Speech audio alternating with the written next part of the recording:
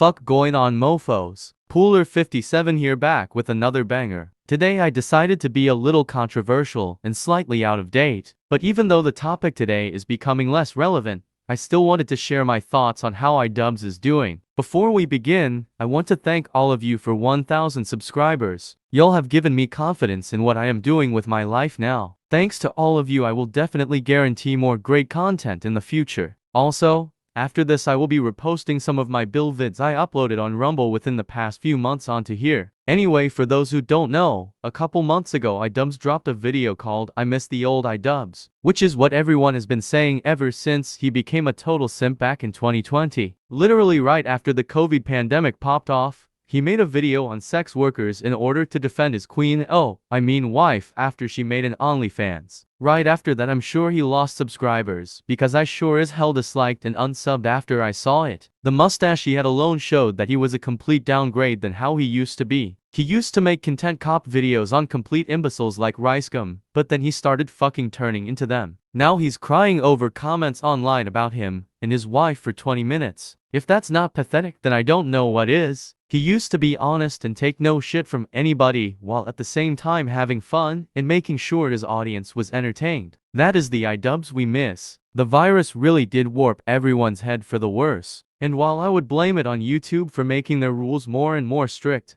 it really is still his fault for choosing to go down the snowflake path. Like, just because you can't say certain words anymore doesn't mean you have to change your personality. Other YouTubers like Angry Video Game Nerd were mindful of the shitty changes on YouTube, yet he didn't change his angry persona, and he is still the person we used to love growing up. If it ain't broke, don't fix it. Though I do have a soft spot for some of his other videos like Full Force, where he met Airsoft Fatty. It was a really enjoyable video in my opinion, because I liked seeing him go out and meet new funny people like him ever since he disbanded from Frank and Max. I also liked his creator clash fight against Dr. Mike. Ever since I saw that dreadful match of Logan Paul versus Mayweather, I started having very low expectations of boxing matches nowadays. But the creator clash fight did not fail to impress me, especially since I love watching Dr. Mike's videos. So I was rooting for him to whoop the simp's ass. I especially liked seeing Fatty sing the national anthem. That was a truly breathtaking performance, much better than any other. Anyway, let's take a look at a clip of an interview he did with returning Smosh member Anthony Padilla.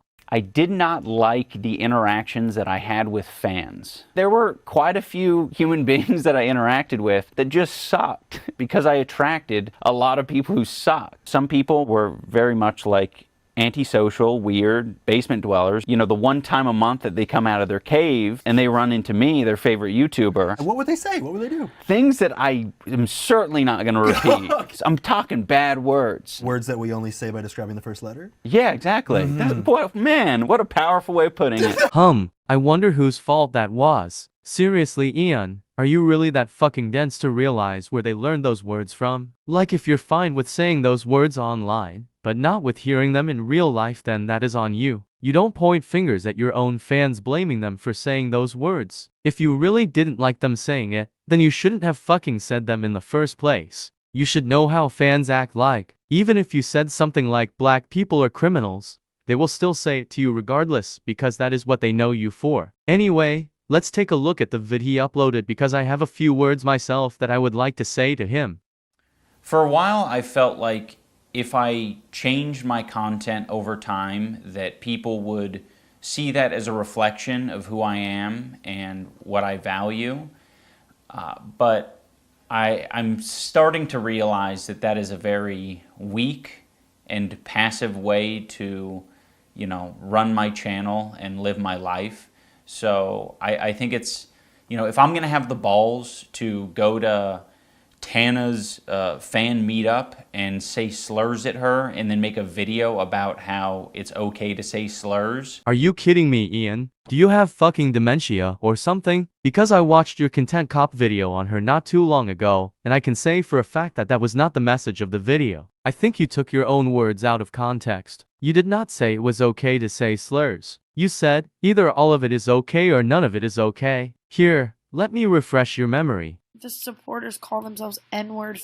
It's like that's what they call each other. Oh, Tana, you're gonna drop the F-bomb like that? Listen, Tana, it doesn't matter the context you use it in. It's still homophobic. Obviously, that's just a bit of hyperbole on my part, but I think it illustrates the point quite well that we are very fucking stupid to hold the word at this colossally high standard, whereas every other slur, that can be used in a comedic sense or an editorial sense, but not this one, because that one has history.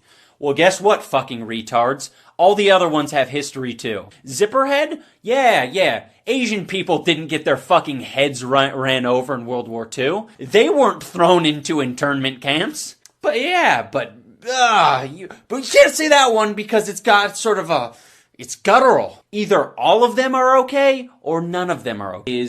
It's either all okay or none of it's okay. So, to catch everyone else up to speed, the video was about iDubbbz not only exposing Tana's history of using the N-word, but also on her hypocrisy of her using other slurs except for the N-word. She said it doesn't matter what context you use the N-word, it's still racist, though still implying it's fine saying other slurs depending on the context. And to explain in Fortnite terms for all the younglings out there, iDubbbz made it clear that if you don't think one slur is okay to use, then you shouldn't use other slurs out there. Sure, you can say he gave the green light to bigots saying all the slurs they want, but at the same time he was fighting against true discrimination by making sure either everyone is made fun of equally, or no one is being made fun of at all. Because the true definition of racism is to place one race superior above all the other races, and I know for a fact he wasn't promoting that. So in a way, he was being anti-racist but just in an edgy way. And even though he did say the slurs out loud, that does not make him a racist. Still not convinced? Well, take a look at another clip from the Tana vid. So all of you people out there who hold these words at such high esteem,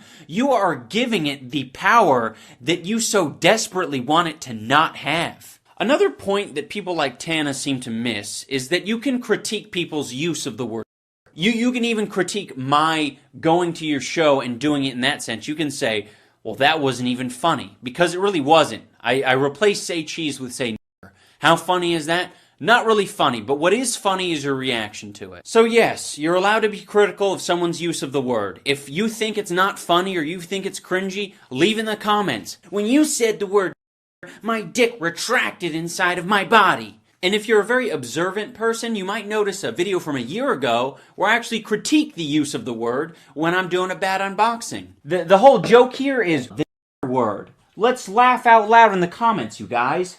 It's incredible how much more intelligent you would have looked if during the event where I came and said say, if you just said, wow, you're a very uncomfortable person and you're not very funny. What a pathetic joke. You would have just destroyed me. But you couldn't do that because you're the most predictable human being on the planet. So yeah, even back then, he still wasn't fond of the word, because even though he usually did say it, he still didn't find anything funny about it. If he were to tell dark edgy jokes, it would be just like any other joke, with a build-up and a punchline. A joke isn't just a punchline with a singular word. If it were to be that way, then it would be a really shitty joke. So let's see what else he says in the video. I think I should have the balls to make an apology video and take accountability for the mistakes I've made.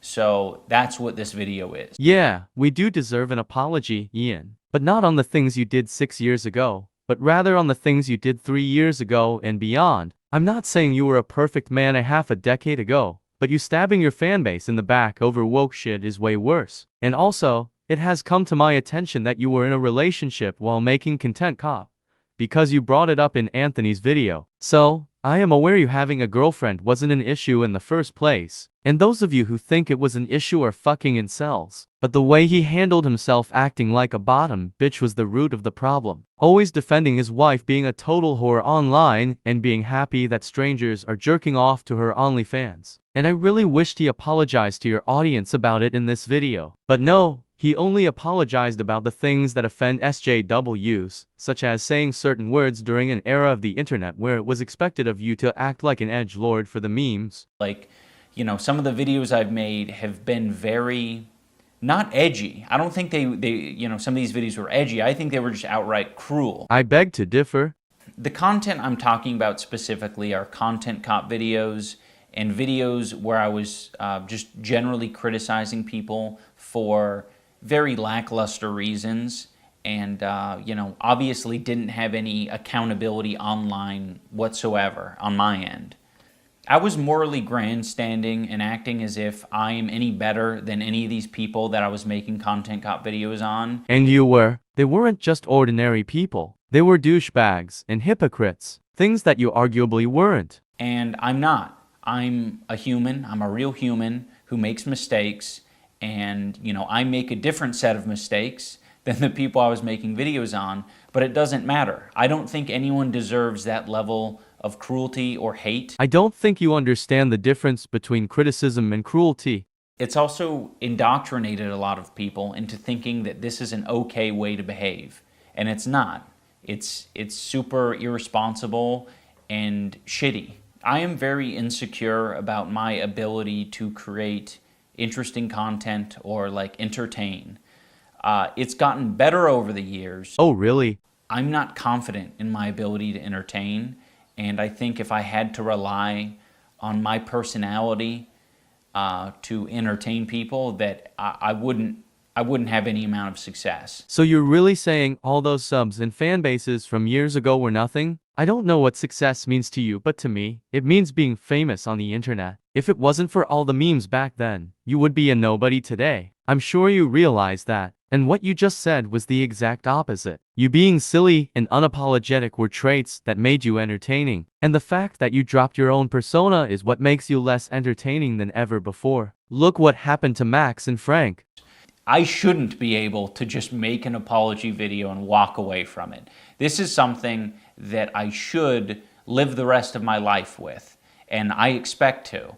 I've profited off of this bigoted content for years, and I've made a successful career out of it, and that's not right. Things change, Ian. Things change. I think that this is only a step in the right direction, and I know that a lot more needs to be done to even approach a life that I would think would be acceptable. I don't feel like a lot of this content represents me as a person, at least not anymore. There was a time where it probably perfectly represented me because I was a nasty, apathetic, insecure person. Now that I don't feel like it represents me and I want to distance myself from it and keep it from, indoctrinating more people. Well, you know what they say. Those who erase history are doomed to repeat it. And in this case, I would like to see it happen. And for anyone who liked those videos, I want this video to be an example and a lesson for you. You can like content, but you can also think that it's irresponsible and it's hurting other people. If those other people are assholes like Leafy and Keemstar who cyberbully users on the internet and spread actual hate speech, then they deserve it. Did you forget who exactly the content was against, Ian? I'm sorry to everyone that I made content cop videos on. I still don't like the majority of you, and that's fine, but I can recognize that you did not deserve the hate and harassment that I sent your way. I particularly want to apologize to Tana. Tana, I'm sorry. I should have never made that video. No, she did not deserve an apology. Unless she openly admitted her flaws and hypocrisy in the past, she does not earn the apology. Even if she apologizes now, it still doesn't mean that Ian shouldn't have made that video back then. Because if it wasn't for that video, I bet no one would have been aware of how much of a total bitch she was at the time. And as far as I know, she didn't admit it back then. By this logic, I should apologize to Mr. Boss for the win for criticizing him for clickbaiting and stealing from other creators. And I would never have to do that, I hope. I'm also sorry to all the black viewers and minority groups who had to put up with that video and put up with, the phrases. I said either it's all okay or none of it's okay. And that's just so dangerous and stupid. No, it wasn't, Ian. You were trying to fight racism and hypocrisy by making sure no group is either above or below other groups. You disliking dark humor is one thing, but you calling yourself a racist when by definition you technically weren't is another. I know there's black people out there that don't take racist humor seriously, and I have met a few personally, so I know you didn't offend every single black person, and the black people that were offended most likely clicked off the video and kept quiet anyway. If anything, The people who were likely offended the most were white liberals and the actual YouTuber the video was targeting. I have made content that I'm proud of over the years. It hasn't been as consistent as maybe I'd like it to have been, but there is a lot of content that I think had a net positive on the world, and I'm going to strive to continue on that trend. But again, I'm absolutely going to continue to make mistakes, but I want the mistakes to be a lot smaller and a lot less serious. I hope the mistakes you're referring to are creating personas that you're just gonna throw out the window anyway and blame your fans for your fuck-ups like what you did in the interview. Anyway, I'm starting to sound like a broken record right now, so I think I said enough about the video. If you want to watch the whole thing, I left a link in the description for you to watch. As for now, I'm gonna talk about what I'm seeing on his Twitter, and it doesn't look very pretty. Apparently, he's clowning on Leafy for being based and red-pilled, but in the gayest way imaginable. It was so cringe, it made me puke the second I saw it. In fact, the first time I saw this image on Discord, I didn't even fucking recognize him. That's how bad it was. I still can't believe how far he has fallen. Though I am glad he didn't end up like EDP, thank goodness for that. But I would much rather him end up like Joji, because even though Joji lost his Frank persona,